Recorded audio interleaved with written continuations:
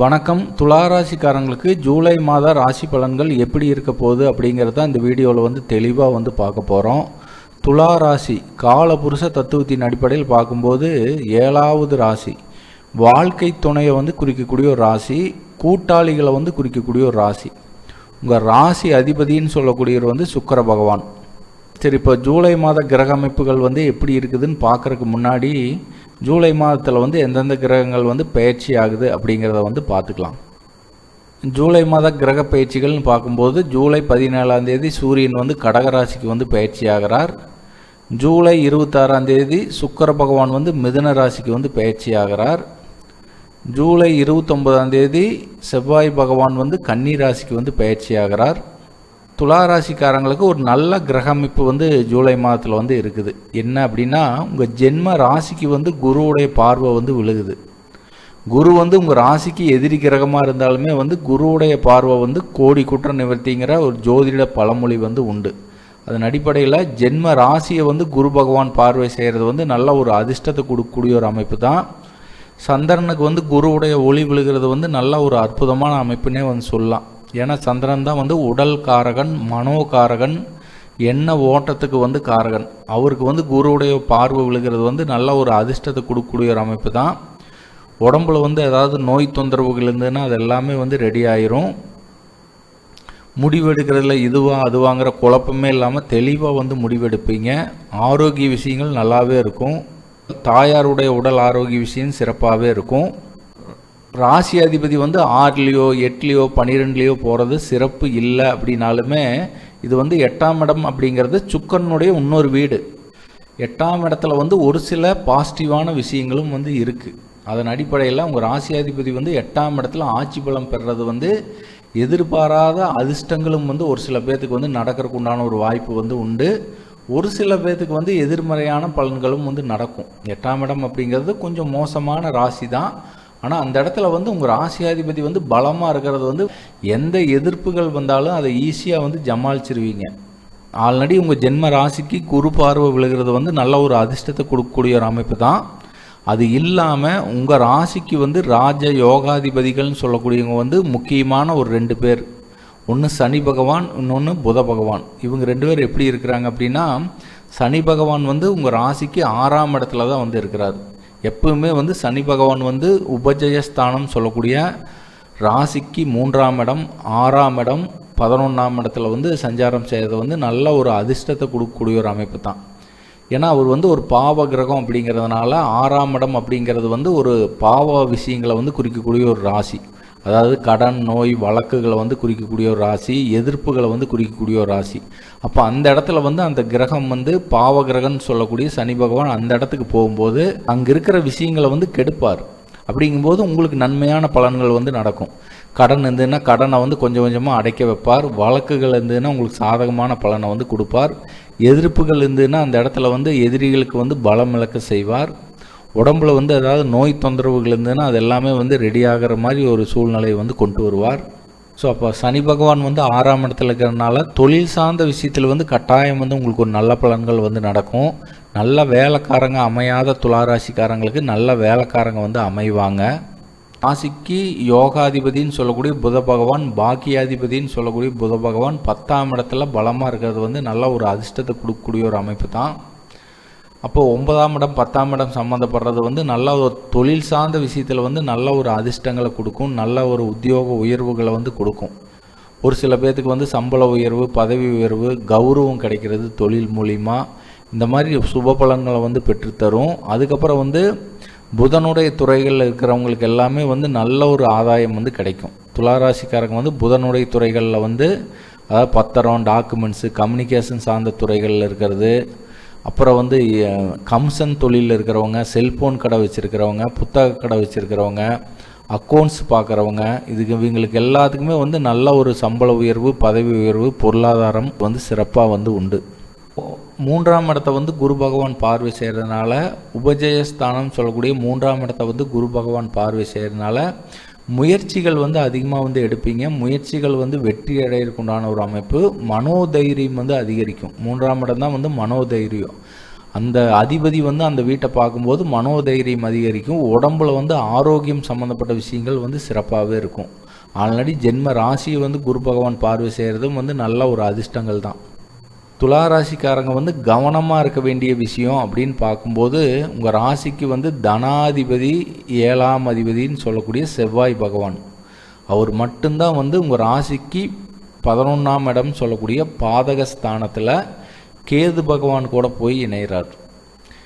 தனாதிபதி 7ஆம் அதிபதி வந்து பாதகஸ்தானத்தில் கேது பகவான் கூட இணைகிறது வந்து கொஞ்சம் சாதகமற்ற அமைப்பு. அப்போ குடும்பம் சார்ந்த விஷயங்கள், திருமணம் சார்ந்த விஷயத்தில் வந்து கொஞ்சம் கவனம் தேவை. ஏன்னா பண விஷயத்தில் வந்து கொஞ்சம் கவனமாக இருங்க. யார்ட்டையும் தேவையில்லாமல் கடன் கொடுக்கறது, கடன் வாங்கிறது, வாக்குறுதி கொடுக்கறது, ஜாமீன் போடுறது, இந்த மாதிரி விஷயங்களை வந்து ஜூலை மாதத்தில் வந்து கொஞ்சம் அவாய்ட் பண்ணிக்கிறது வந்து நல்லது. அவரே வந்து 7ஆம் அதிபதியாக இருக்கிறதுனால திருமணம் ஆகாத துளாராசிக்காரங்களுக்கு அந்த வரன் பார்க்குறதுல வந்து ஏதாவது ஒரு சின்ன தடைகளை வந்து ஏற்படுத்தும்.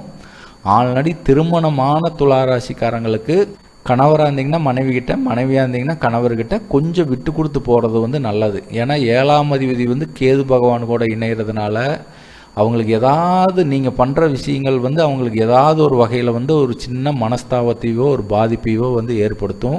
அதனால் தேவையில்லாத சின்ன சண்டை சச்சரவுகள் வந்து வர்றதுக்கு உண்டான ஒரு வாய்ப்பு வந்து உண்டு. அதனால் கொஞ்சம் கவனமாக கொஞ்சம் விட்டு கொடுத்து போகிறது வந்து நல்லது. ஸோ துளாராசிக்காரங்களை பொறுத்தளவுக்கு யோகாதிபதின்னு சொல்லக்கூடிய சனி பகவான் 6ஆம் இடத்துல பலமாக இருக்கிறது வந்து ஒரு அற்புதமான அமைப்பு. அதுக்கப்புறம் வந்து உங்கள் ராசியாதிபதினு சொல்லக்கூடிய சுக்கிர பகவான் 8ஆம் இடத்துல இருக்கிறது சின்ன மைனஸ் அப்படின்னாலுமே அவர் வந்து ஆட்சி பலத்தில் இருக்கிறது வந்து எதிர்பாராத ராஜயோகங்கள் வந்து கிடைக்கிறதுக்குண்டான ஒரு வாய்ப்பும் வந்து உண்டு. உங்கள் ஜென்ம ராசிக்கு வந்து குருவுடைய பார்வை விழுகிறதும் வந்து நல்ல ஒரு அதிர்ஷ்டத்தை கொடுக்கக்கூடிய ஒரு அமைப்பு தான். அதுக்கப்புறம் பாக்யாதிபதினு சொல்லக்கூடிய புத பகவான் 10ஆம் இடத்துல இருக்கிறதும் வந்து சிறப்பு தான்.